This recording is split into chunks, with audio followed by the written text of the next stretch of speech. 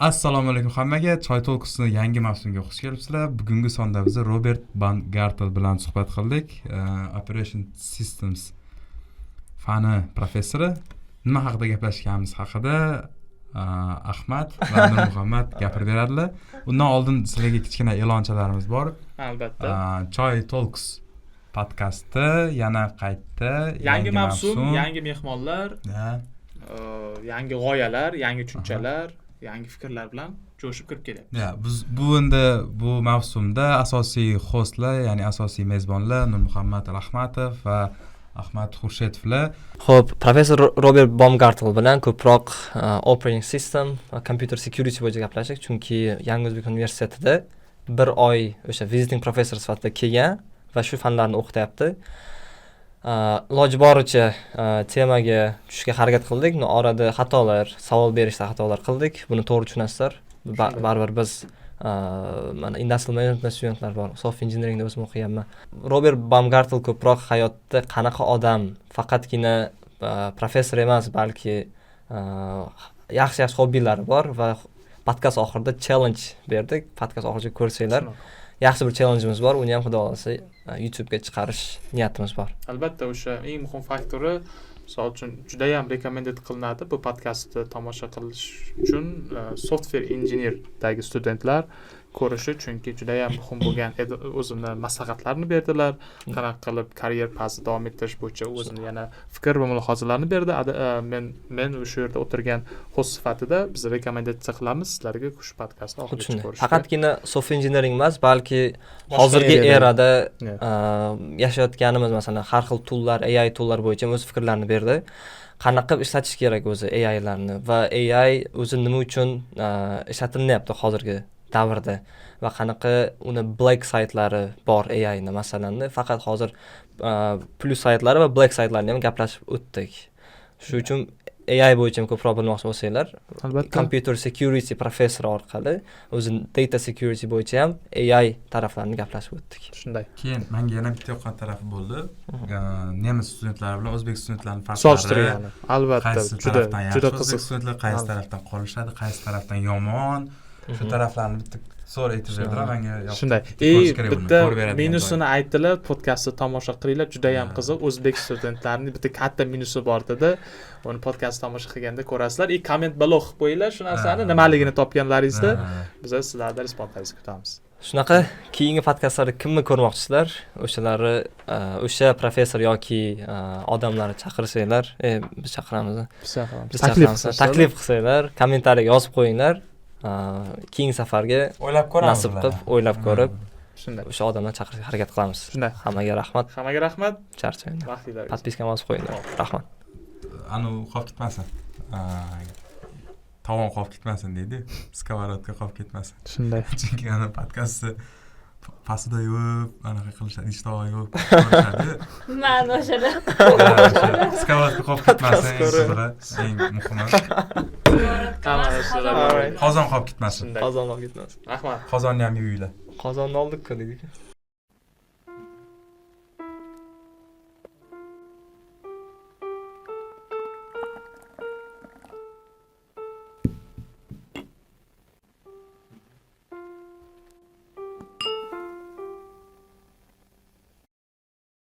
I'm hearing podcasts quite for a long time. Oh, wow. 10-15 years probably. Really? What kind of podcast? Like, what podcast do you watch? Do you listen to? Quite a lot of different ones. So you can see it's a little bit to the right. So to the right? Camera, yeah. Okay. So this shouldn't be blocking you from the camera. So no headphones or something? Yeah, it's like a startup project. So it's one of the first episodes. So we couldn't handle the headphones. If you want to handle it, please donate us. This is the camera? This is the camera for you. This is the camera like going forward, backwards. So the Alpha, that's good. I have also one with me. Oh, do you have one right now? Camera? Can we use it? Like actual camera? Yes, I'm doing photographs.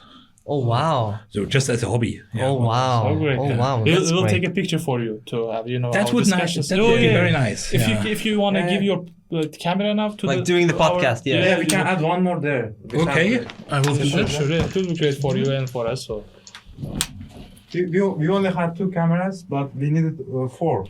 but you can find. 4. They have. Oh wow! Oh, that's a professional one. That's Nah, professional. it's It's not just like professional, that. it's the- I it's think It is professional, but not the R. it is. But- It's the same, right? Just have to. Yeah, It's the an same. Alpha Same. 7.4. Yeah. Just to. Oh wow! Okay. Guess we have to do. Oh wow! Yeah, if you are working as a professor, you can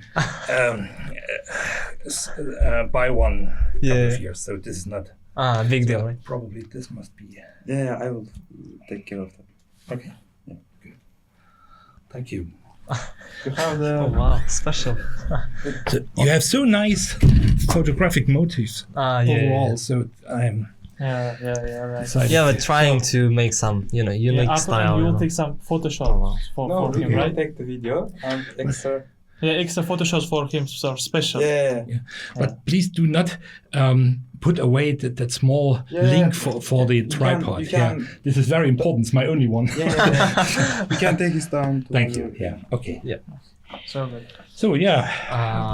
Yeah, I asked like, what kind of podcast do you watch or do you listen to? Mostly about There's what? a large variety. It has to do with my job, of course. So there are security-related ones, but they are usually in German because I'm not that good in only hearing English information. So yeah, they Like are you watch them in German. German, podcast, yes, right? yeah, Ah, or I see. simply for entertainment purposes. So photographic, for instance. So, Yeah.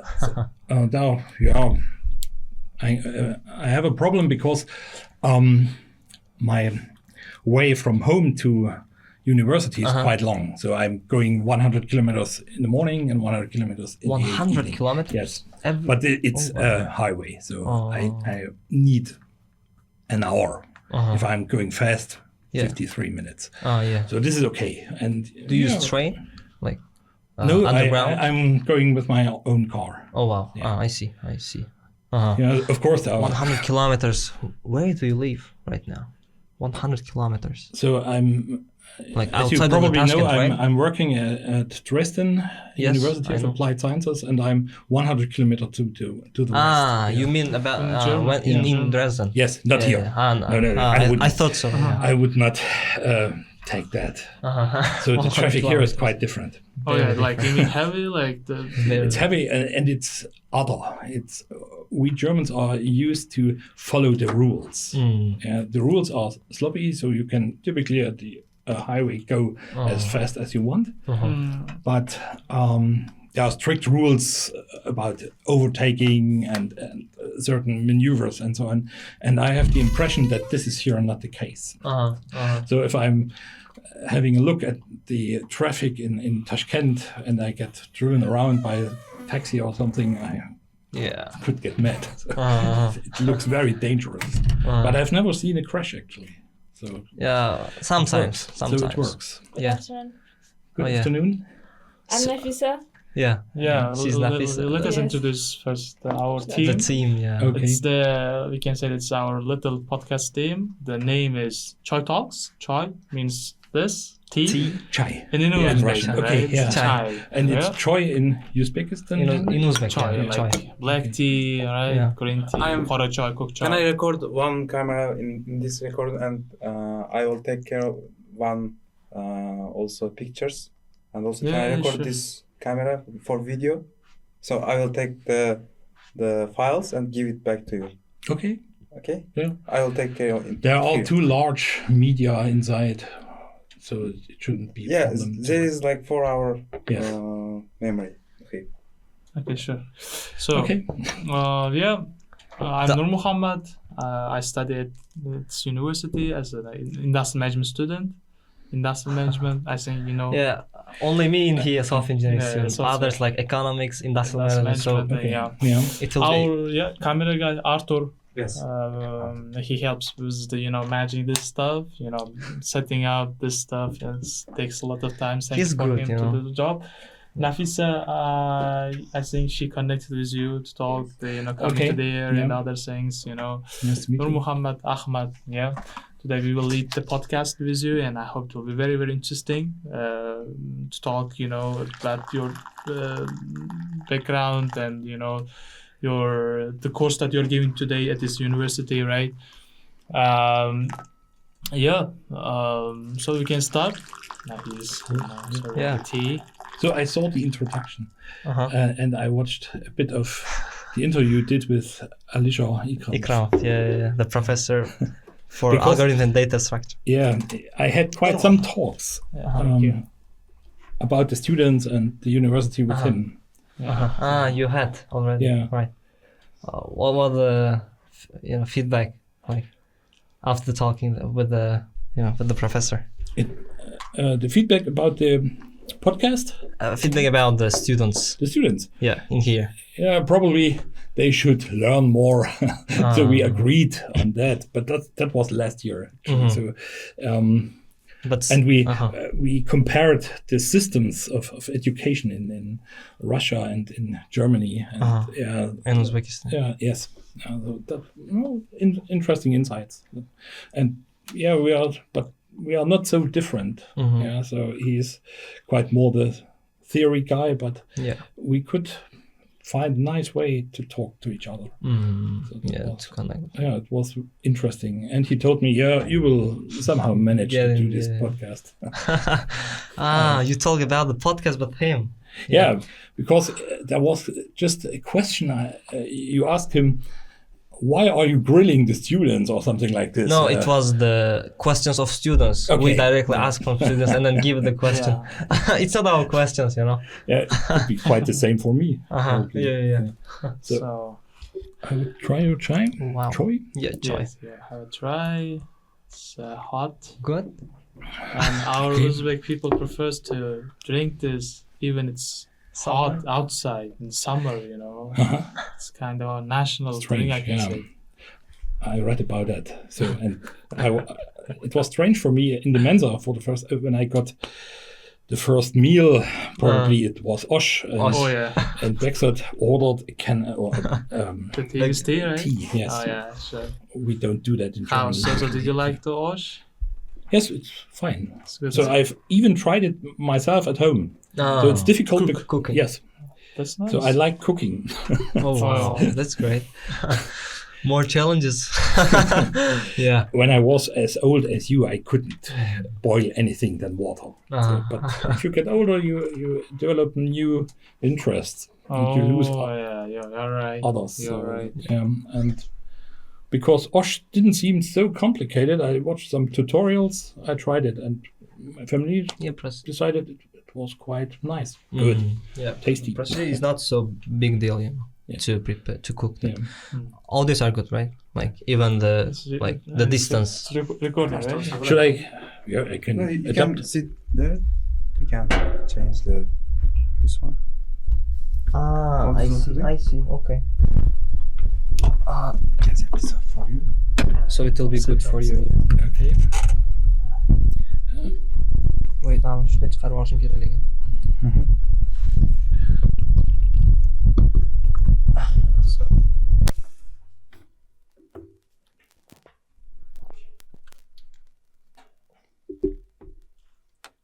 I think you are living after 1 week or 2 weeks. 2 weeks. 2 weeks. So Yes. you're living in Tashkent. Right? Yes. So you are. I think you have been stayed here like 1 month. Exactly. I'm here for the third time now, not counting a holiday with my family. Oh yeah. And there are probably at least 3 more. So, and what I'm teaching is during this is fall semester right now. Yeah. It doesn't feel like fall at all. But yeah, It's like in summer. fall I'm teaching operating systems, and in spring it was computer security. Computer security. Oh yeah.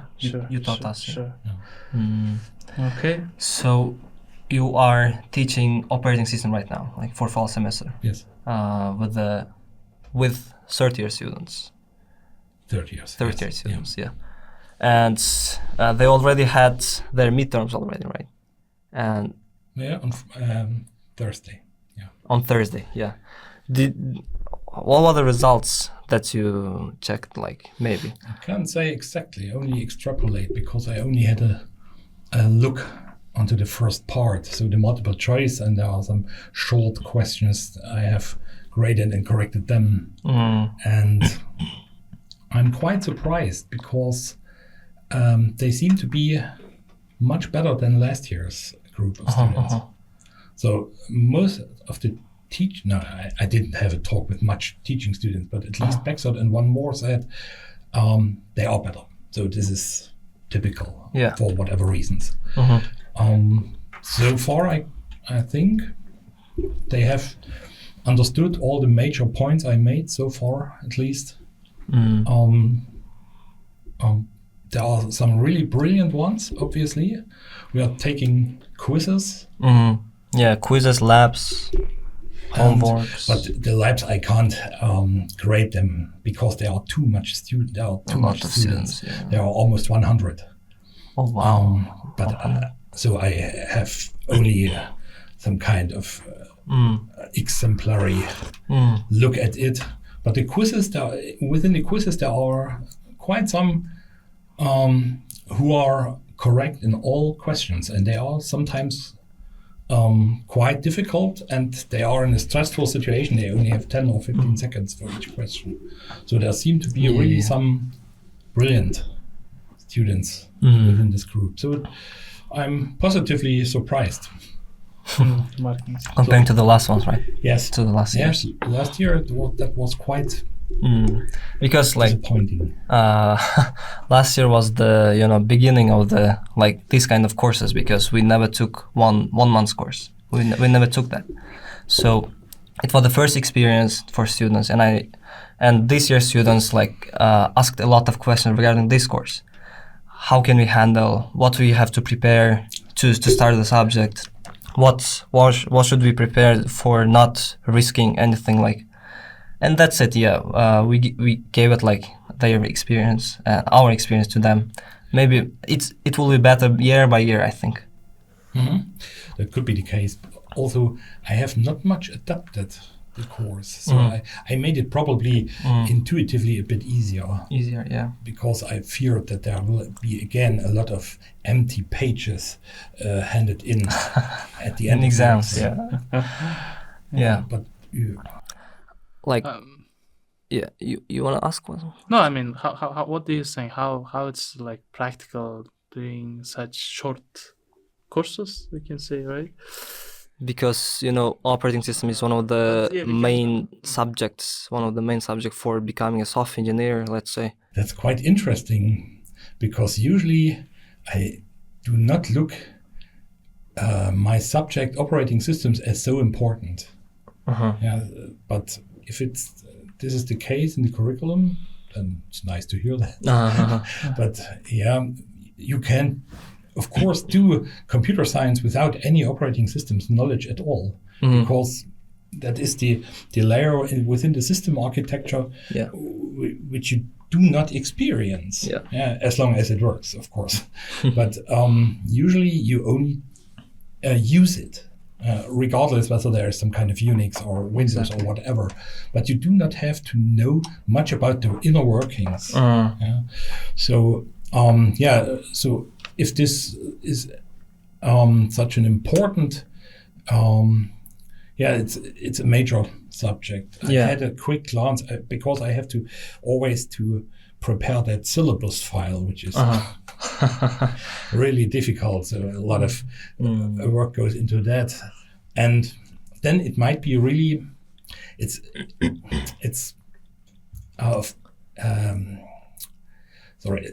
difficult, of course. So that might be some kind of compromise. Obviously, university hasn't found or couldn't appoint a suitable operating systems teacher, and there is really a bit of a shortage because the community is small. There are not so many professors doing that. Globally, right? I have quite asked me a couple of times, why did they choose exactly me? So I'm not the best in the world, and I'm not very I'm not a big name in the community and wherever.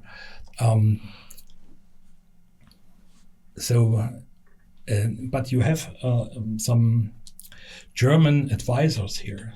Your president. Is it Yeah, German? honorary Yeah, president. honorary. Dr. Wolfgang Herrmann. Yes. Yeah. And an old or an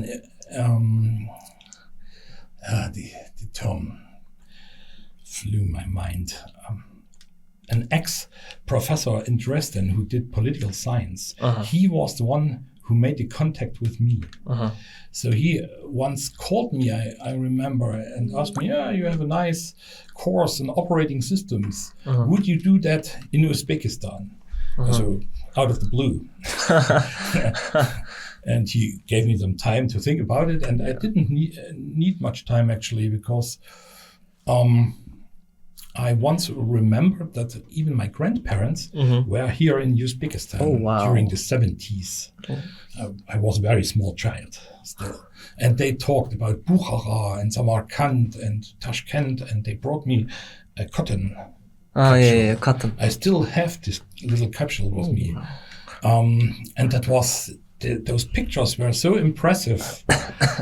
I thought this is really like a fairy tale or something for us in Middle Europe, okay?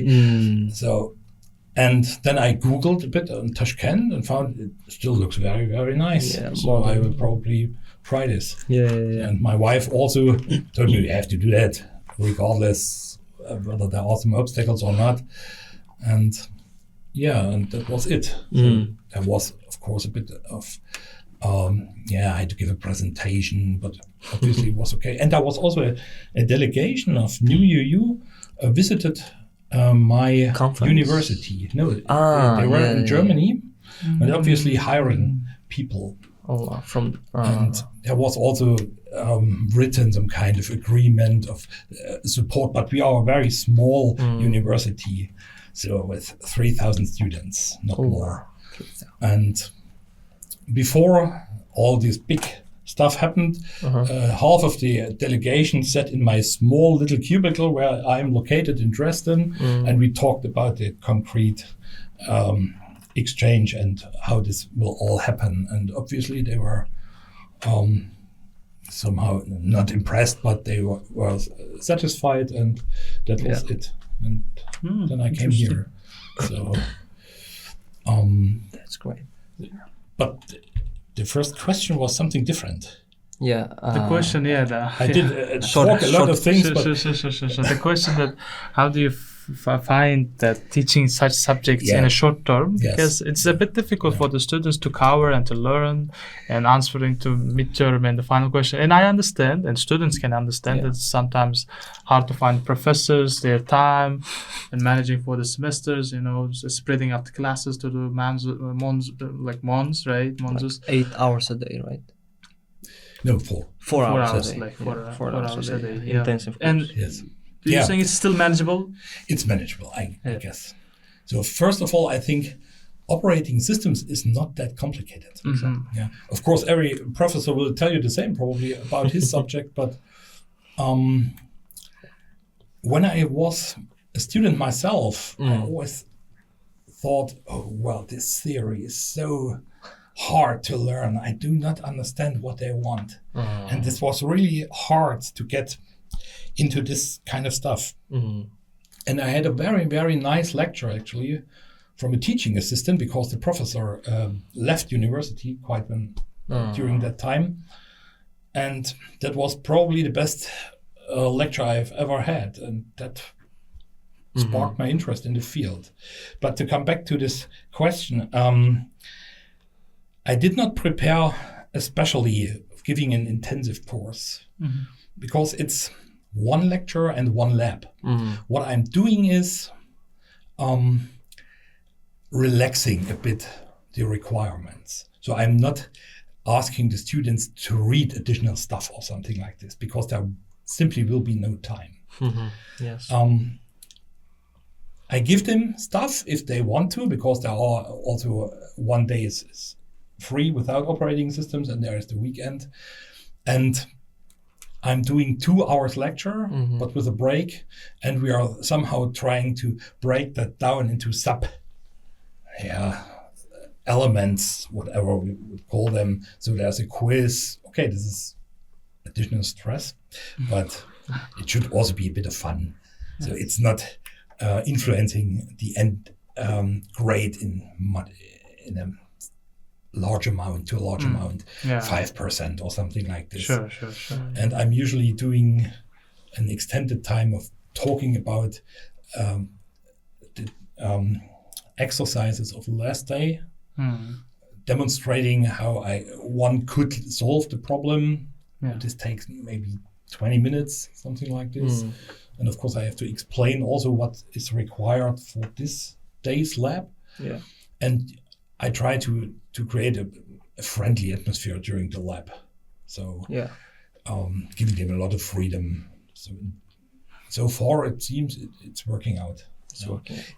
I would not suggest doing 2 lectures because this is simply too much. Yes. You have somehow to cope. And sometimes you, if you do not understand it from the professor, you have to get some other channel of information, maybe having a look into a book or something. A book or like resources. Yes. Yeah. I see. So I think it's manageable. So there's nothing which is extraordinarily difficult to understand. You like shorten some topics not to cover because there are some big regarding the operating system course. But what if the topics are so important, and so did you choose the most important ones, right? The topics. Hopefully. I had to. That was quite an issue. In my native lecture, operating systems is taught in 2 parts, so it's a 2-semester course. And the first part is given towards freshmen or before freshmen, and they really do not know anything. So this is not a good situation because they lack knowledge in computer architecture and computer networks. But I compensate that by teaching using the operating system, so writing shell scripts, for instance. And the second part is more focused towards systems programming.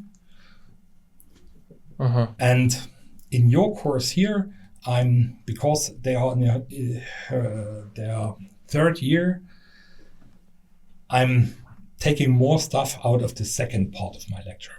But usually I'm lacking detail.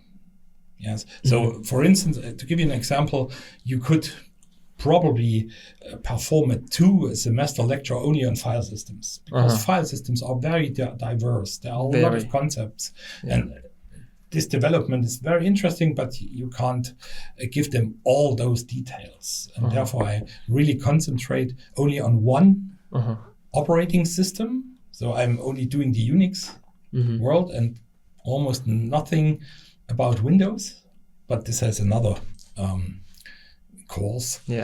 But so, and second, I'm leaving out many implementation details.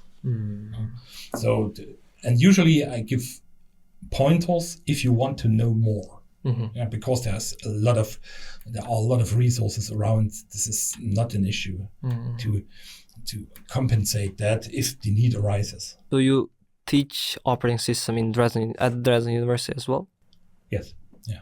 I'm appointed professor of operating systems. Operating system. But I'm doing quite some more. Yes. There. So I'm in a so-called University of Applied Sciences, and that means the professors which are working there have to do a lot of lectures and do not much research anymore. So what I'm also doing is computer security. So that means bit cryptography, bit system security, how to break into the computer using techniques like buffer overflows, return into libc, or ROP programming, something like this. These are special techniques. This is 1 semester lecture. And my research hobby from my earlier days is real-time systems. And I'm doing 2-semester lectures on that too. So real-time systems means real-time applications. It means some operations of the systems must be guaranteed concerning their timing. Yes. So how we answer the question: how do we construct a computing system which guarantees that it can react in, let's say, 10 milliseconds. Yeah. Regardless what happens inside the system and outside. Yeah. So yeah, real-time systems. And I'm doing additionally a lecture on Rust, Yeah. the programming language. Wow. Rust. So this is quite some new, it's 10 years around, but comparatively new programming language. And I like low-level stuff, fast stuff. So I worked always on the boundary between the hardware and the software. So that's my main interest. Yeah. So the Rust lecture goes for 1 semester.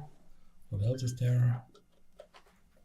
That's it, more or less, I guess. So we have C programming also, but but that's it. Yeah. So you said like real-time systems, right? Real-time applications, and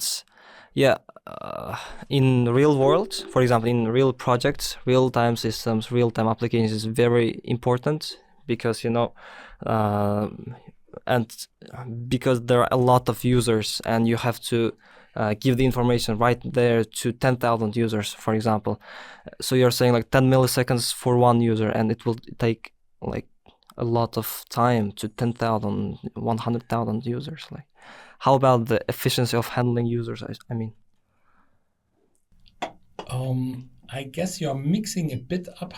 Here, the term real-time systems. Usually, those systems you mean or you mention cannot guarantee that. They try to do it by parallelizing, for instance, many of the processing steps, but they cannot guarantee it. So real-time systems are more or less a special kind of operating systems.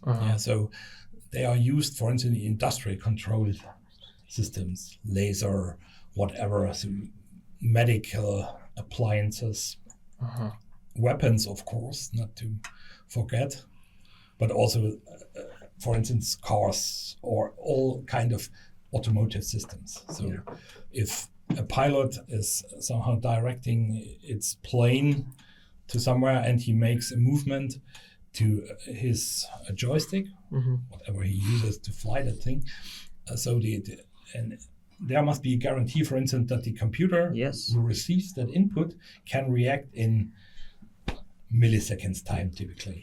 So this is not an issue of performance or power, but of certain programming techniques, and there's also quite a bit of mathematics involved. So you have to specially construct a scheduler for that. Yeah, and I think it depends on the resources that's as well, right? Yes. Yeah, resources, of course. Like for one task, like. Yeah, resources make the system problematic, especially exclusive resources. So if one is holding a semaphore, no other process who also needs that semaphore can go further because he has to wait until the first one has released that semaphore. But we have protocols to cope with that. So we can, for instance, compute the maximum blocking time on such a resource. I see. Yeah. So that's the content of that lecture. Okay? I see. But this is a bit outside of mainstream computer science. Yeah. Because while I'm asking this question, I work as in IT company, and we deliver some outsourced projects to clients. And there was a time we wanted to, publish a notification to 25,000 users, and our resources were not enough. There were like 8 CPUs and about 16 gigabyte RAMs, and salary workers didn't make it, on time, and the service was shut down because of a lot of users. Yeah, but in the strict sense, that is not a real-time system, because you will never be able to guarantee a certain kind of clients who get this message. So you are trying. That's a typical. It's not an error. It's quite common to do that thinking. You are trying to replace real-time guarantees with performance. You want to have more performance, more CPUs, and that is a completely different subject actually. So. You know, he's an industrial management student, and I think we have to talk like it's understandable to all, you know. Go into more No, technical actually, details, it will be interesting for our listeners in the future because you have students, and you will talk. I think they also listen to this podcast. We hope, and they found some answers for maybe the questions that they couldn't ask from you, right? And most of the question is that you want to ask the operating system. Yeah. I'm asking like, but you know, there are a lot of people like that will be watching us, and from diverse subject, from diverse like. You know, corners of the stem or something. So how do you explain what is operating system? Yeah, in simple language. Okay. Yeah. Like, so I will not mention semaphores again. No, it's actually it would be great if you like emphasize or make a bit simplify this words, right, and to get the idea of others, you know, what's happening here and there, right? Yeah, what's an operating system? That's easy. Because it's the very first content I usually teach in the operating system course. The first slides. It's software, and it's a layer of software. You, as I told you earlier, you typically do not feel because it simply works. It doesn't do much from the outside, so there's no flashy lights or neat audio or whatever. So it's only providing abstractions. To give you a simple example, an abstraction is a file. Yeah, you all have probably 10,000 of files somewhere stored. So you will have some kind of intuitive knowledge what a file is. And the operating system provides that. So you do not have to make notes on which hard disk, on which sector your picture number, whatever, is residing actually. Instead, you have an abstraction called file, which has a name and which is located somewhere. And you have a file system, which is typically some kind of tree with directories and files, and you could structure it as you like. All the users today will probably have some kind of directory tree at home, storing their private stuff there and their stuff for the study or for the job or whatever somewhere else, and so on. And this is one example what the operating system does. And what it also does is providing services to the programmer. So that I can say, okay, I want to start a program. And this program contains a lot of functionality, and this must somehow be executed concurrently at the same time. So I want to use the mouse, and I want to make input with the keyboard and so on. And that is all managed and done by the operating system. And you can do without an operating system, but that's usually only possible for very simple systems, so the typical coffee machine. But I guess today's coffee machines will have some kind of simple operating system. Or you do all your functionality you need, not in a special operating system, but in the application layer. That is also possible. So, and I will ask some weird or maybe some can't be a stupid question, but if the students cover the course, the operating system, can they manage to make their operating system for for different applications, for maybe the coffee machine? Can they, I mean, at least they start to create I'm asking this question as an industrial manager. That's not a stupid question at all. So of course, this is quite interesting to answer because there's no simple answer to that. Probably after hearing my 14 or 15 lectures, there are no operating systems cracks, so they will not develop drivers for the latest hardware. Okay. But they can maybe, now they are able to go the next steps by themselves. Yeah. So I try to give them some kind of first starter kit of knowledge, whether this is cool, hacking operating systems or not. So usually there isn't the need of writing your operating system. So what will be the next step? Let's say the software students want to develop their knowledge, or they want to, go deep down to the creating maybe the operating system, maybe develop new systems. What will be the next steps to cover the courses, like additional courses to additional to your courses? I mean, To level up. Yeah. To level up. I think It depends on the concrete interests. So you could, I guess, most of them will probably forget about it because they will not need it. that's for sure. The second largest group probably will do some kind of systems programming. That means they use the services the operating system provides on a very low level to write other software, usually in user space. That means such as tools for organizing your work more efficiently, such things. Yeah. They could, some of them, very few of them probably will do more complex stuff. It's, for instance, in the compiler programming language subject or area. If they know how the operating works, they usually can do work in programming languages. This is quite important because we could, of course, say, well, we have C and we have JavaScript and that's it. But typically, history shows that there are always new programming languages evolving and popping up. Yeah. So These days, Rust is such a development, which the problem with C is that it is not intended to work with programmers who make errors. The problem with that is every programmer makes errors.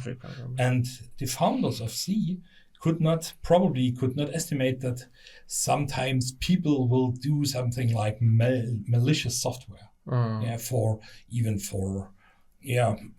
economic purposes, to write ransomware or something like this. And they found it great to have a software which could efficiently use those pesky computer systems. And we have to. How about Rust?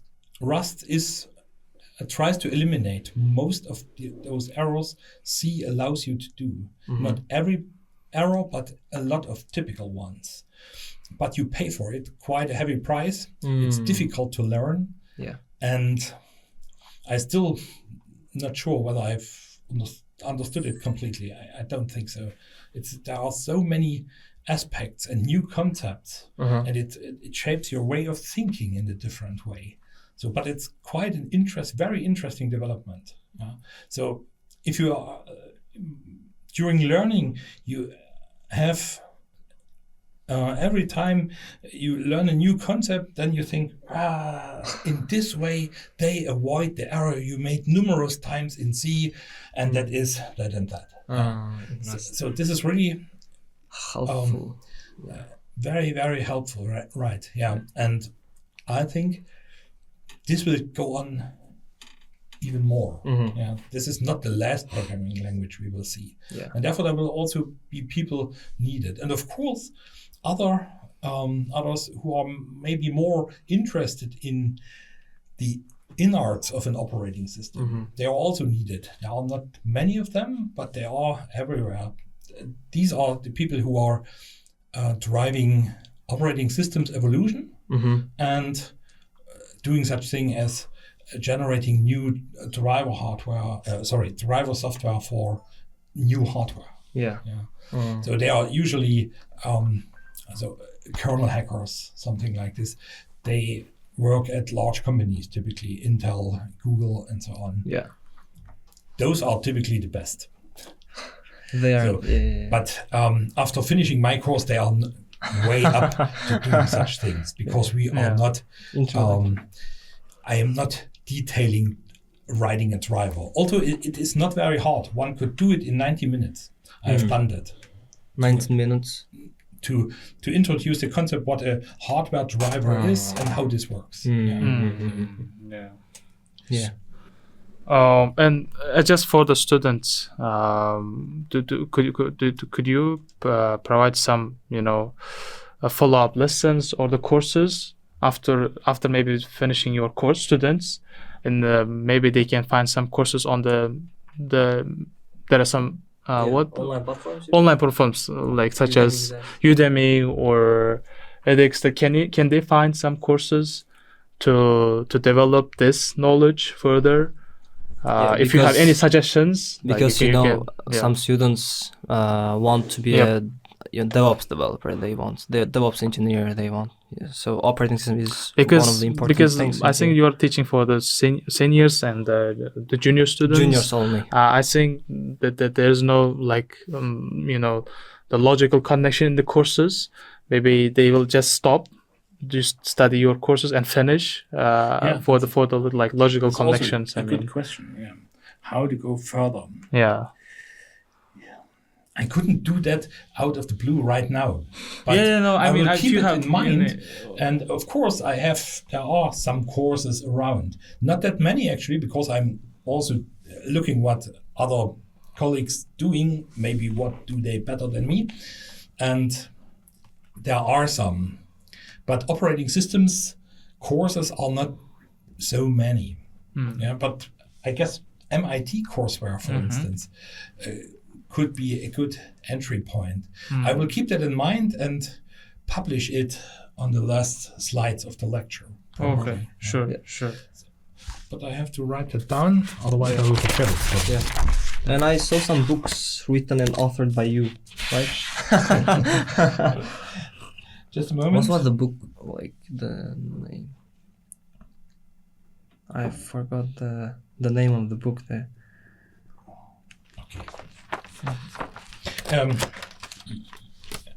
Do you mean books they should read, or I've like, also written one operating systems? Operating system. Like yeah, it's called Operating Systems for Dummies. For dummies. but you have to know this is not intended as a pejorative. It's in German. It's in German only. Yeah. So there's a whole range of books. I guess more than 100. They are all for dummies. This is not intended for stupid people. This is purely marketing. They told me. Yeah. So this is Prentice Hall. This is quite a outstanding publisher. Yeah. So they told me the people are sometimes, especially students, are sometimes afraid of buying a real textbook because it's expensive and it looks very complicated and there are a lot of formulas in it. It looks difficult to understand. And therefore they created this For Dummies series of books to lower the entry, to bring those people to the bookshelves and buy it because it looks there's some kind of graphics in it and it's a comparatively sloppy style. Yeah, and I've tried to emulate that style a bit. In your book, right? Yeah, so it's but it's I can't. It's only available in German. In German. So Okay. I guess there will be no translation. Probably they will ask an English native speaking author to do translate it. So, but it was quite an interesting experience to do that. So I learned that I'm really bad in fulfilling deadlines. Yeah. So I drove the publisher crazy because I constantly missed deadlines. I estimated much too less time for writing it. So I will not do that again probably. I think like you shared your experience, like 20 years experience of that to the book, I think. Like about Probably 20 yes. years, Yeah. right? You started teaching operating system in 2006? Or Yes, 2006. Or with what subject did you start teaching? Let me remember. Yeah, such a long time ago. Such a long. It reminds me that I'm so old. This is not funny. It's I started in 2003 actually. Oh, Maybe as a teacher even- assistant, maybe. Right? yes, no. The story is a bit more different. I got teaching assistant in 1999, and quite soon after that, I had to do. No, that's not correct. I got my PhD in 2000, and after I obtained that, my boss then said, "Well, you are now a doctor. You have to do a lecture." And I did that faithfully, and it was real-time systems. Real-time systems. Because that was, So the thing that interest. you are teaching this subject, operating system, have been teaching this since 2006. No, the story is not complete yet. As a teaching assistant, I worked until 2002, and then in Germany, something new evolved that were called so-called junior professorships. This can be maybe compared to, let's say, an assistant professor. The salary was not that good, but the responsibilities were of a normal professor. But it was fun. So, and of course, if you're a professor, you have to do lectures. And I guess from then on, 2003, I did operating systems. But so I think I have a bit of experience. So my boss left university, and we did not have the next one. Sorry. And I did that lecture for the whole, that was a very large group of students, maybe 120, something like this, for 2 years. And then we appointed a new one, real operating systems guy, that was at another university in Chemnitz. And I got back to real-time systems. And in 2008, I got appointed the professorship in Dresden for operating systems, yes. But I guess I have quite some experience teaching that. Got this subject, right? It means that till now, I think you had experienced a lot of things during this period, because we had a lot of changes in this like topic. I mean, operating system. One for example, significant one can be the AI, right? It's kind of not the operating system, but it's the change during this period, right? And most of the developments, right, in this subject, right? And could you tell something, I don't know, significant change that astonished you, that surprised you in this area? No, I know that there are a lot of things happened, but really that this society and the whole human kind like developing this the system in some manners, right? Something significant. That I guess it's not the operating systems. Oh yeah. So operating systems, of course, there is research, but it is, as I stated earlier, it is a comparatively small group. So, and the research is done in evolving steps. There's no revolution or unexpected event where something so important happened that everything had to be done new from scratch or something. But of course, for the whole computer science, that's probably AI.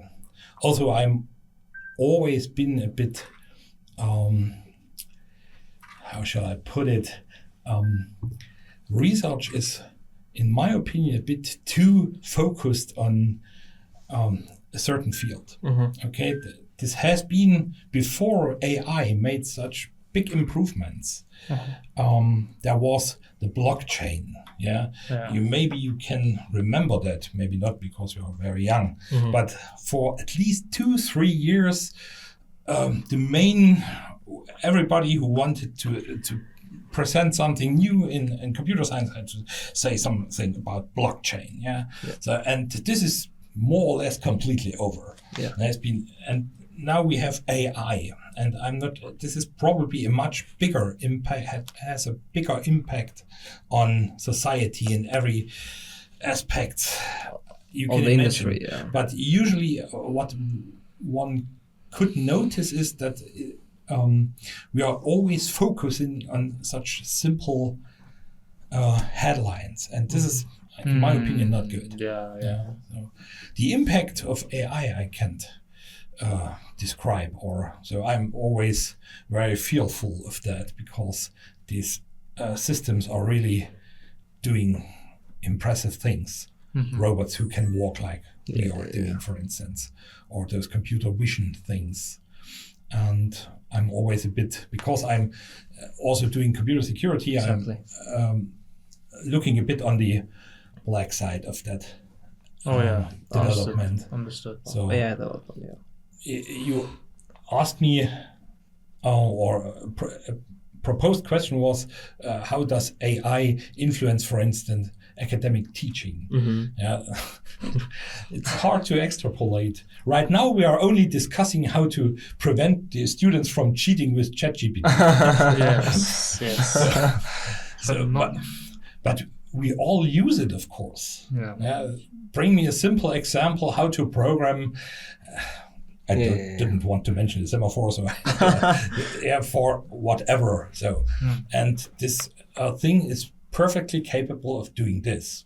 Provide a solution and even generate a text which sounds reasonable, at least. So it's not always true, and one could quite feel when such an AI hasn't been trained with a lot of material, you see it starts lying. So if I'm asking it special aspects of real-time system, I probably have mentioned that last year during the lecture. I asked, I don't know which it was, but I asked about a file system which can give real-time guarantees. And the answer came promptly, there's that and that real-time able file system.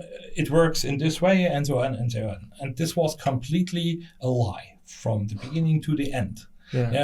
Complete with a literature reference where one should obtain a paper. This, of course, didn't exist. So by relying on those machines without having the knowledge beforehand, we will go to hell. So we are doomed, I guess. So we need experts to know beforehand whether a certain answer is reasonable or not. Wow. So, but I guess we will soon lose that ability, because those machines are getting better and better, and we will believe them. You're saying like it's not a good way to start use the tool, not knowing what it is for. Yes. What they have to know about the AI first, and first we should consider that they can fail. Fail in a very convincing way, so that you cannot. It never explains to us. I don't know. There's always an answer, and this answer is usually in the same style. A wrong answer is in the same style as a correct answer. So I have encountered it because I tested it a bit. So that is one problem, and I guess everything is taking AI for granted right now, and I can imagine German politicians, we are using AI for the most important decisions we have to make, and so on. And we will be with AI much better, because in the past we only decided it by ourselves, and now we believing. Yes, and we are together with that AI, so the decision must be much better. So in this style, so I guess this might be a real problem soon. Coming future. Really depending on AI to make a decision, right? Yes. But on the other hand, one could not go without incredible new things which those things can do. Improving vision, all our senses will get probably much better. Whatever kind of virtual or there's a certain term which escaped my mind, combining virtual and real reality. Seeing things on your glasses, for instance, or driving autonomously driving a car is really great achievement, I guess. Very great So, achievement. yeah. Yeah, there are a lot of great, incredible results of AI so far. We saw, like, as you are saying, autonomous driving and helping to, involve people with AI. So, as you are a computer security professor and you have a good background in this sphere, what are the threats of AI using and of AI becoming like very popular in these days and to this generation, and regarding the computer security and information security, let's say. Of course, attackers will use AI to attack systems, and defenders will try to use AI to defend their systems. It has also been demonstrated that AI is quite capable of finding a lot of hidden bugs within every layer of the system. So I could imagine, but I would not draw such a black picture. But I could imagine that attackers will have an advantage by that. Yeah. So this might be, but this is really, so talking about the future is really difficult. I don't like that. There are scientists who are studying this subject to make educated guesses, but I guess most of this is up to no avail. No, I mean, like, future science. I meant when I said like information security, I said like a lot of AI tools, they are free right now to use. It's maybe they're not free. They're like collecting the user information for now and then. In terms of data security, you mean? Data security, yes. yeah. So you want to keep your set of pictures private, and exactly, yes, yeah, something like this, yeah. And maybe that's why we couldn't find any information about, and not about the information, any like photos, videos about you on social media. We couldn't find that. Maybe because of that, because of data security. That you're afraid of? I didn't understand your question. You meant you were searching of pictures for me, of me? No, like we were researching about you to prepare for the podcast, yes, to prepare the question, and we couldn't find more information because we found a lot of information on other guests, like previous guests. Okay. And every time we research about the guest, and we couldn't find like more information about you. Yeah, that makes me a bit proud. Proud. Yeah, so you I do this intentionally. Intentionally, I do this intentionally. I don't have an Instagram account. I have one, but only to look around. I never posting anything. LinkedIn. No content, social media. Yeah, because I've developed that habit quite early. So because I'm convinced that all this information can somehow be used against me. Yes.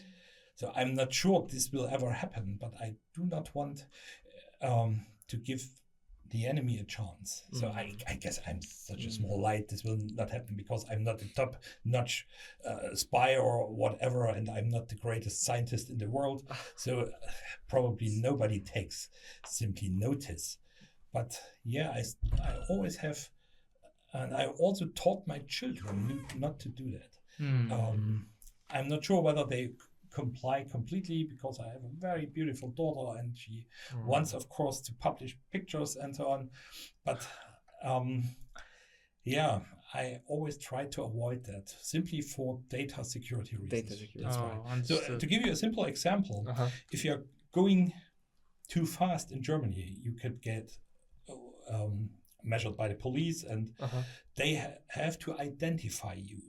And for that, they have a picture, but they must somehow show that you are the driver. Yeah. And by that, they are searching through the internet for pictures of a man or a person of that name. And there are numerous cases where they identified someone by using a simple picture search at Google. And because I'm doing 800 kilometers a week, and I'm sometimes a bit too fast, not much, but I have measured quite a lot. But Practically, right? here and there, I had luck because they couldn't identify me. But this is not worth the effort. No, but that's for sure. We couldn't find any picture of you on the on both all the social networks, YouTube, LinkedIn, Instagram. Yes. We just Nothing. found one video published on Uzbekistan University. Now the second one will be this And podcast. this one is the second, the second one. So I simply hope that no one will find it, because not a lot of people will look into it. For sure, the Uzbek people know you. They know you about you. No worries about the German people here and there, but the Uzbek people loves you here and supports you. And actually, if you had delved a bit deeper, there are some, because here and there was maybe a dissertation where I was pictured. So someone obtained a PhD and I wrote. It's like in some what were the events? Samardan? It was What the event? Like we found the one picture about Robert Baumgartl. Yeah, it was YouTube, right? Community. Chemnitz Linux Days. Okay. You're surrounded by the people. You are okay. Yeah, you are. That was out of my control because I held a presentation, so it's not possible. If you are doing more or less public lectures, you can't avoid that there's To help community. I'm also part of a small club who are doing photographs. Photographs. And Oh wow. yes. So and there are also some pictures of me around, but not much. Choy? Yeah, be nice. All right. Is it okay to share on public your photos? I see. Okay. All right. The university also made a photo with me with those flags, and they published it last year. Yeah. But now it has vanished somehow again, because maybe I Did you stood ask- among the appointed professors, and I am not an appointed one. So someone in Germany could ask me, "Where are you working? Germany or in Uzbekistan?" No. I didn't object. Yeah. Could you a bit simplify what's the meaning of appointed professor?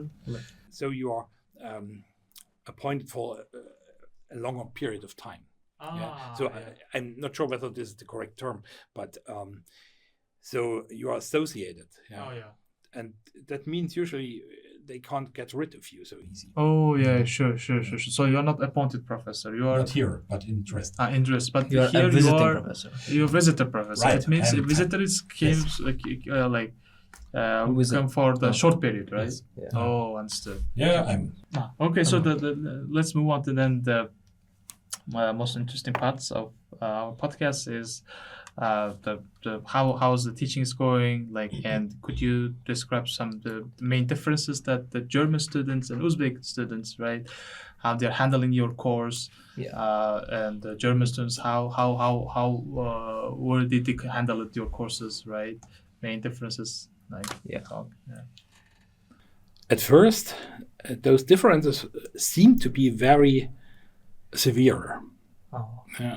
Because there's a completely different atmosphere here in Uzbekistan. So it's much more friendly. So students are very, very polite. I'm not used to that at all. In Uzbekistan? Yes. Oh wow.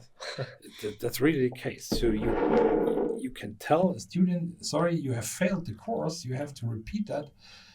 And he will say, thank you, professor. Thank you for your support and thank you for your teaching. I will come back. I'm not describing what would happen or what happens usually in Germany. So I find it also very nice that you are greeted also outside university. So and this is probably a greater thing. So your society seems to me welcoming, very warm, very peaceful. Numerous times when I was going by the metro, someone offered his place to me. Oh wow, And I thought, am I looking that old? I see. Yeah, They are but not then so- someone explained it to me. It's not to be, but I also saw that for older people this is Yes. also done. Yeah, That's like what- prioritize. So this is not done in that manner in Germany too. Mm. Yeah, so we are much more impolite.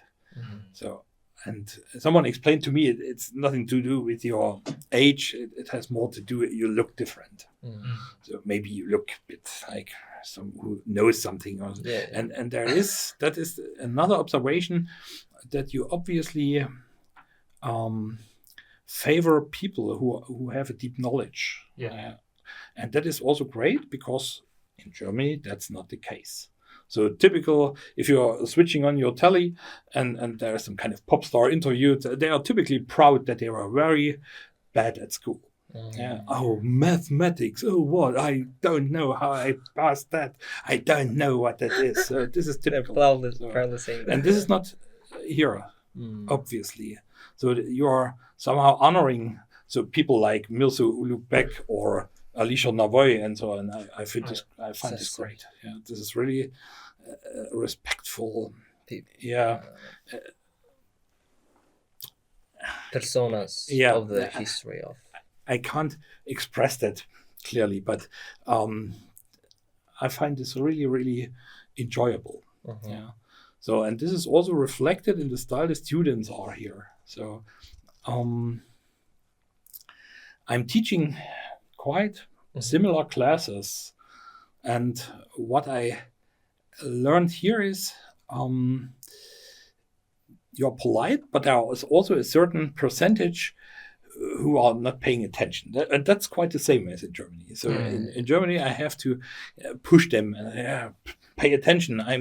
What I'm talking is important, interestingly enough.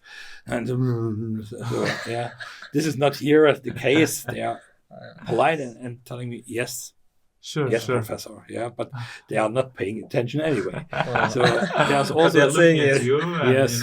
click, Yeah. click. Oh, okay, professor, you're doing well. So- Okay. And that's why I was surprised that both groups of last year and this year are really different. Mm. Yeah.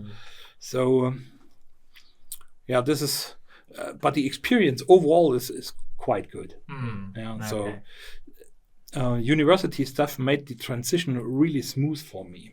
So they found me a nice accommodation, and there was someone picking me up at the airport and showing me how to buy to things at university, right? Korsinka Yeah, guiding. and yes, and go to university. And they drove me the first 2-3 times and so on. And then when they made sure that I have learned that, they left me to my own devices. So that was really, really helpful, nice. Yeah. Right? So Yeah. you are not alone. Mhm. Yeah. Just have Yeah. a look what I have written. Favoring knowledge. No? So, or that you're, for instance, on several occasions I saw students playing chess. That's also impressive. Although chess is in Germany also very popular, but I have never seen students playing it at university, so for recreational purposes. This is, and also checkers, I believe, right? Yeah. Yeah. So Lots of- Checkers as well. And this is maybe an heritage of the Soviet Union time. I don't know. Yeah. And you also have very good grandmasters. No? Yeah. Abdul Sattorov. Abdul Sattorov, Sindarov, and it's a lot of And there are some rated students as well here. Like they have like official ratings. So I mean they are interested in chess. Most of the students, And if the student comes and see the chess, oh wow, chess. Let's start with the chess. They say, like it's sharing the experience and like expanding the community of chess players in. So we also have leagues in Germany, but if you have a chess play somewhere, let's say in a shopping mall or something, only small children will use that figures and pushing them around without knowing how this game really works. So this is a difference. And this is also an indicator that knowledge is somehow precious here. So it is really, I would not have thought it's such a pleasurable experience. Yeah. So before I came here, I had a talk with Heiko Topol, who is the dean of the mechanical engineering department, and he comes from Germany. And he said to me, you can go there. It's nice, it's easy. Students are very polite, and it's completely safe. So that's also not the case in large cities in Germany. Exactly. Yeah, right. So, I see. When it comes to the students of Germany, and Uzbekistan, regarding the operating system, like courses comparison, what do you think about that? I can't say much about that so far. The group of this year has me convinced that they are better, probably. What I learned is you have a very good background in math. So this is important. I'm not doing a lot of math in operating systems, but we had students who couldn't do fractional arithmetic. Yeah, so I've seen this now and then, and usually they drop out. But there are really rare occasions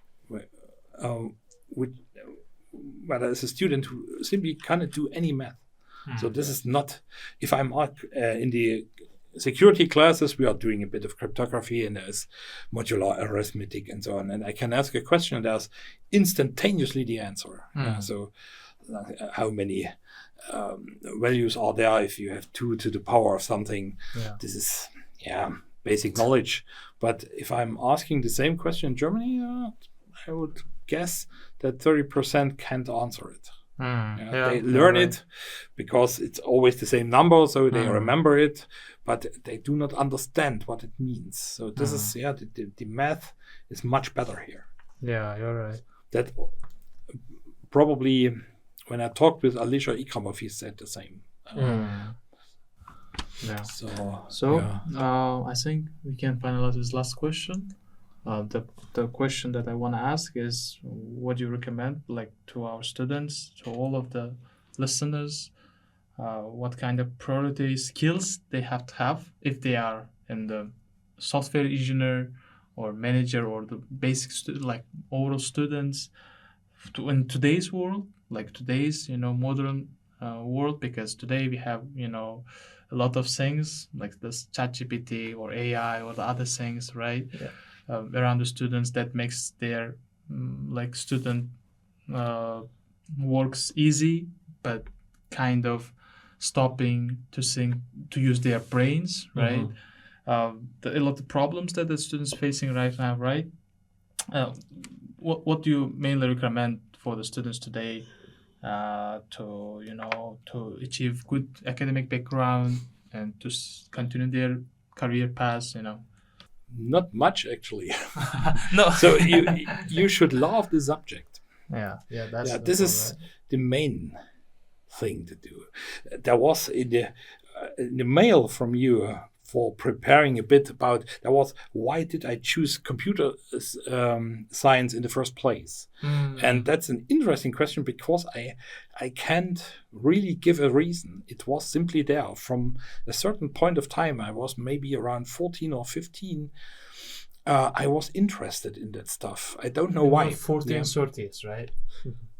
In your 14, 15, yes. 14, 15, 1, 5, yes, or 4? Yeah. So I was a young boy.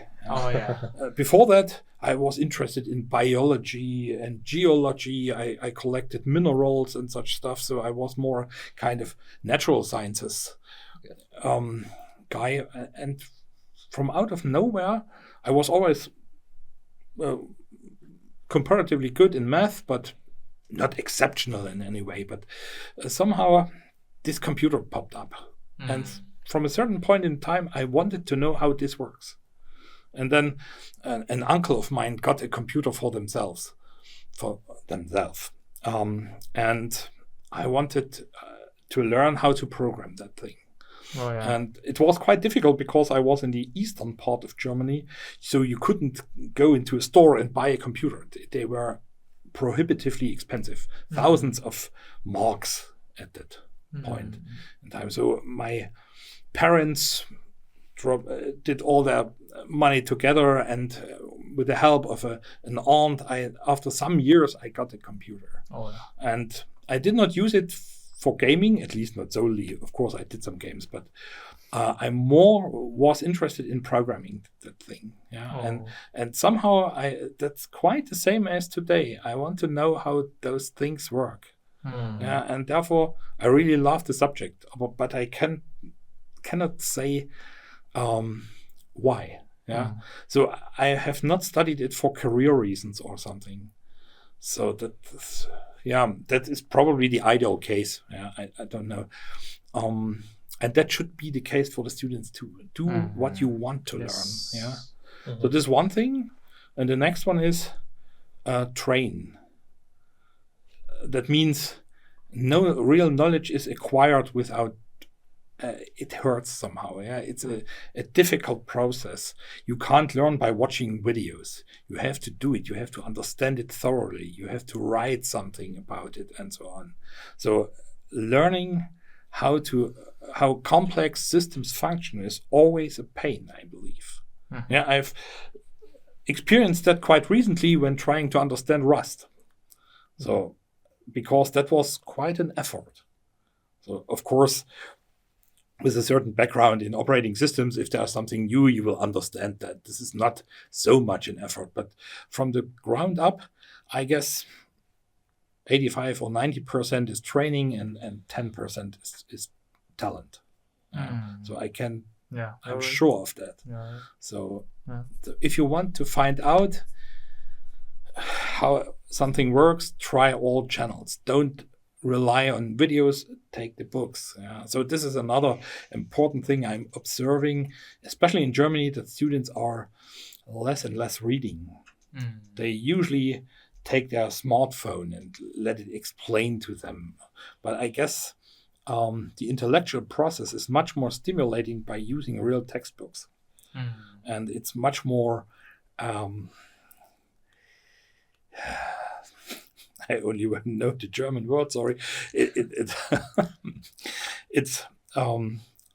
has to be difficult somehow. Otherwise, this is only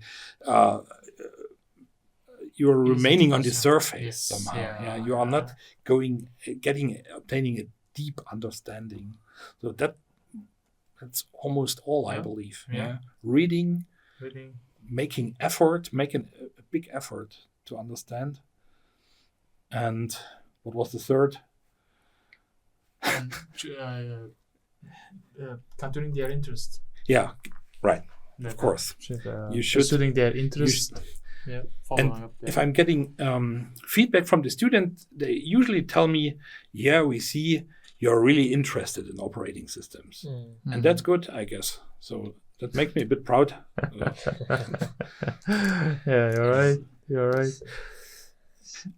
One more addendum. One bad side of the students in Uzbekistan is they are cheating more than the German ones. Oh, yeah. So that was quite, but Baumgartl did a really great job of eliminating that. So I have a really, really brilliant teaching assistant. And he does all that hard stuff. So I'm not the guy to fight all those conflicts, but he put your phones away, bags away, and so he was hard enough to hopefully prevent it. Probably not everything, but yeah, I'm not too used to that level. So you shouldn't do that. So let's move on to the blitz questions. And Blitz questions. Yeah, quick questions. That's a German word. It's German word. Yes, it's a German word, blitz, right? It's flash. Flash questions. I see the quick questions. Quick answers. I saw the Blitz Academy like teaching German. That's why maybe. Yeah. Okay. Usually, it is used in a connection which is not that nice. Blitzkrieg, which means very rapid war. We did that during 1941 until 1945.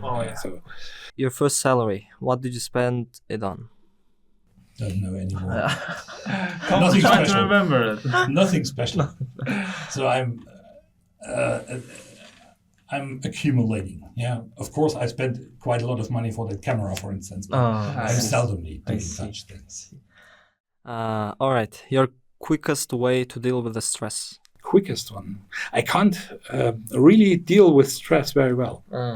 So I have a certain condition with my heart. So this is one problem. But probably it being sport. Yeah, I'm doing mountain biking. Oh wow. You Mountain do that? biking. Yes. Oh, Like wow. you still do this? Yes. Oh wow. So No, it's not so.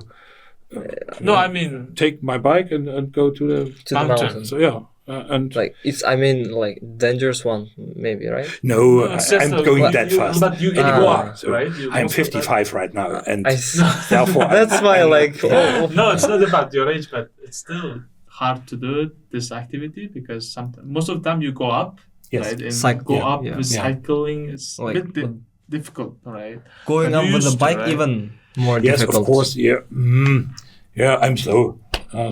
But this is That's good for dealing with stress, right? And, Yeah. and you publish or do not publish on Strava or something? No, because of the reasons I described earlier. I have done it, but then I find because I started late in my 30s. When I was young, I was doing a lot of running, Oh yeah. but I ruined my knees, and therefore I had to stop that when I got 30.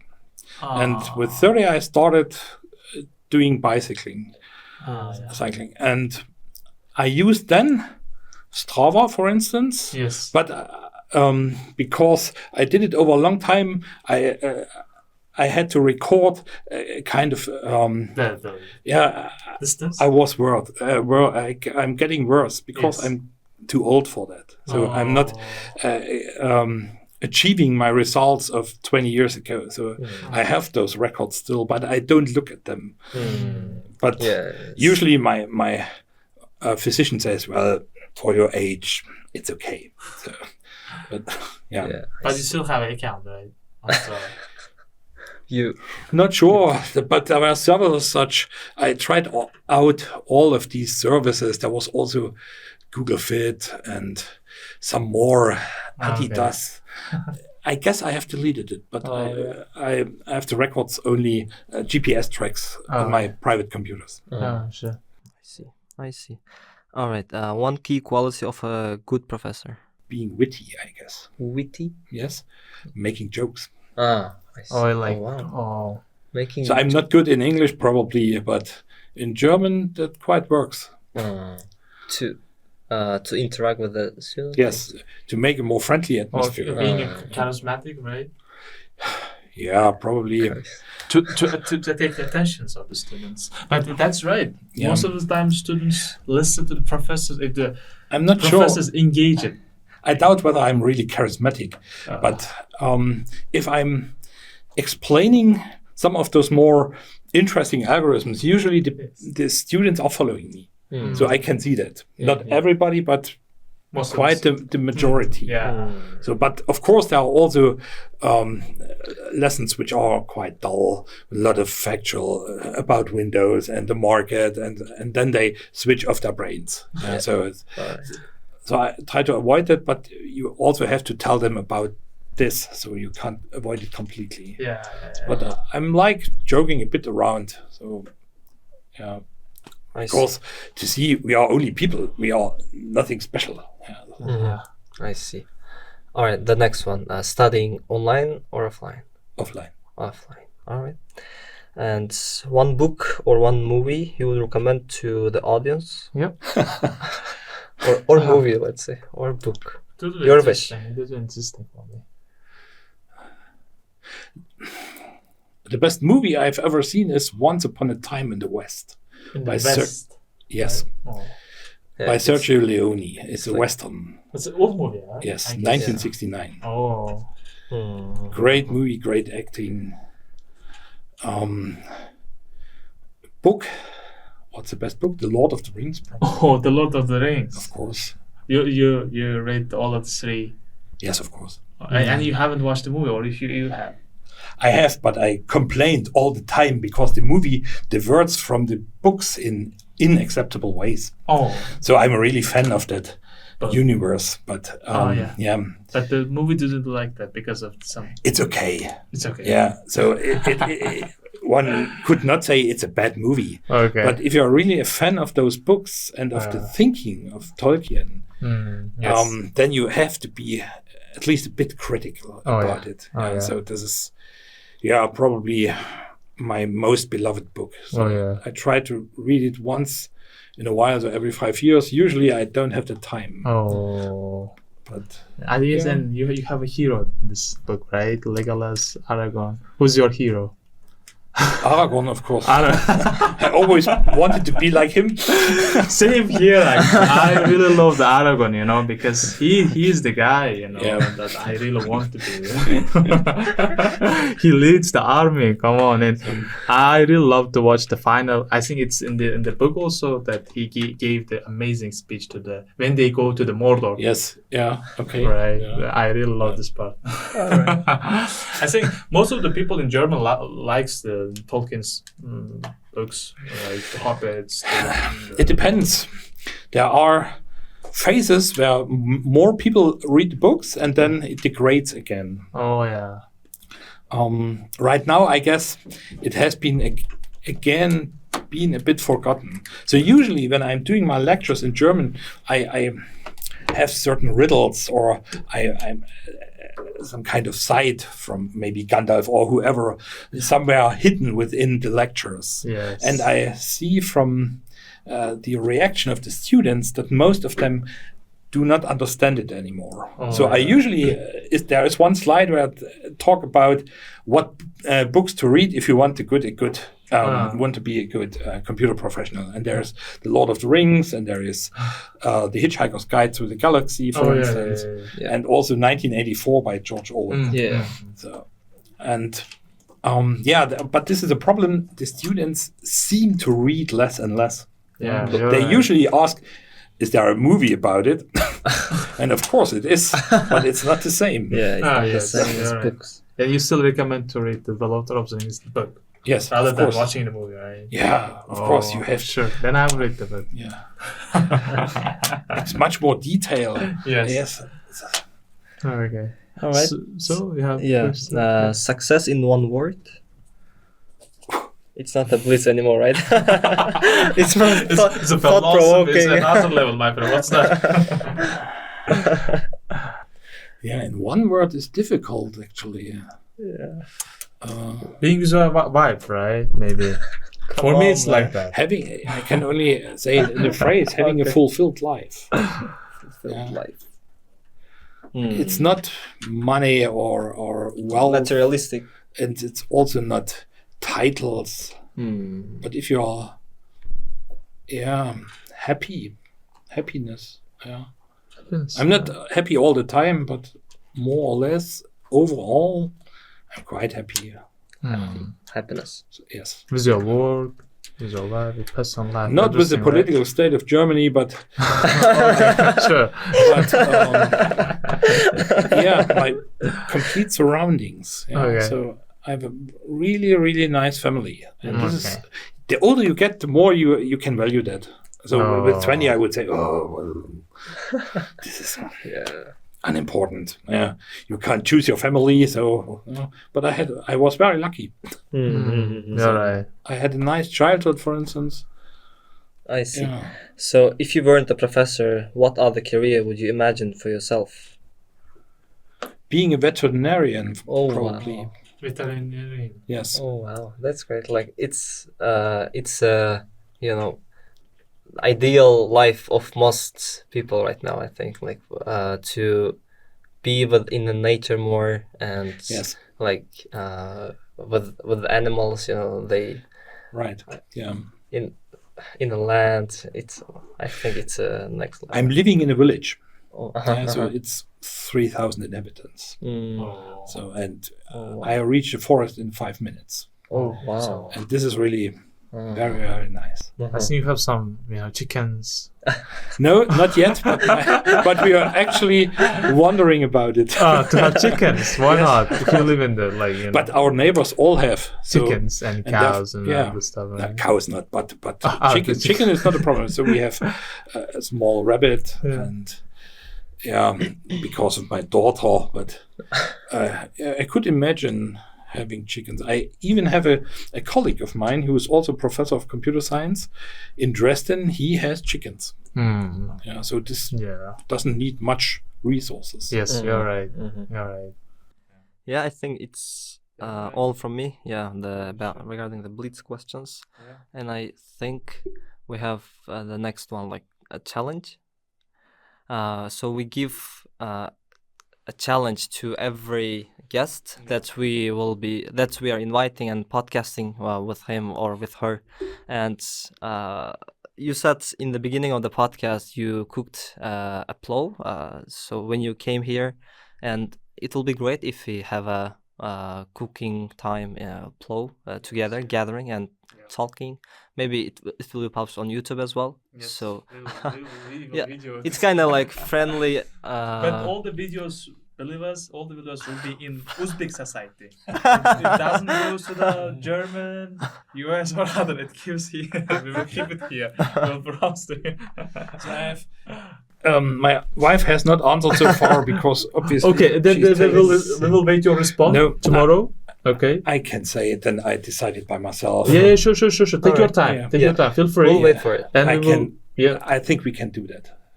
So that would be next weekend probably. Sure. This is unoccupied, I hopefully.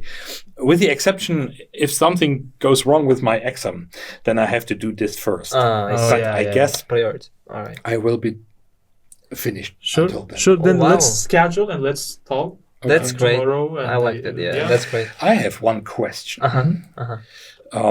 It is really a question which is bothering me, because my wife is a teacher of German and English, and she is reading a lot, much more than me. But I also like reading, and she talked to me.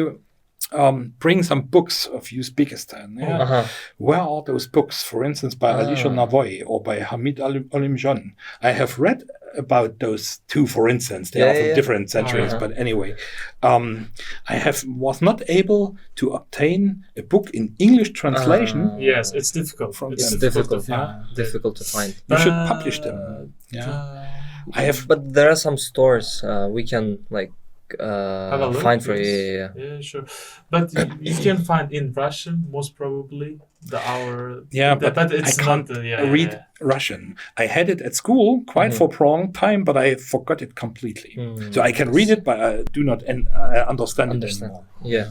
All right. But let us talk with the group mates about this. We will search for you and we will let you know about this. Okay. Maybe there is a store, maybe not. Exactly. Let us see. Okay. We will inform you about this because it's understandable because it's difficult for the Uzbek culture today to have different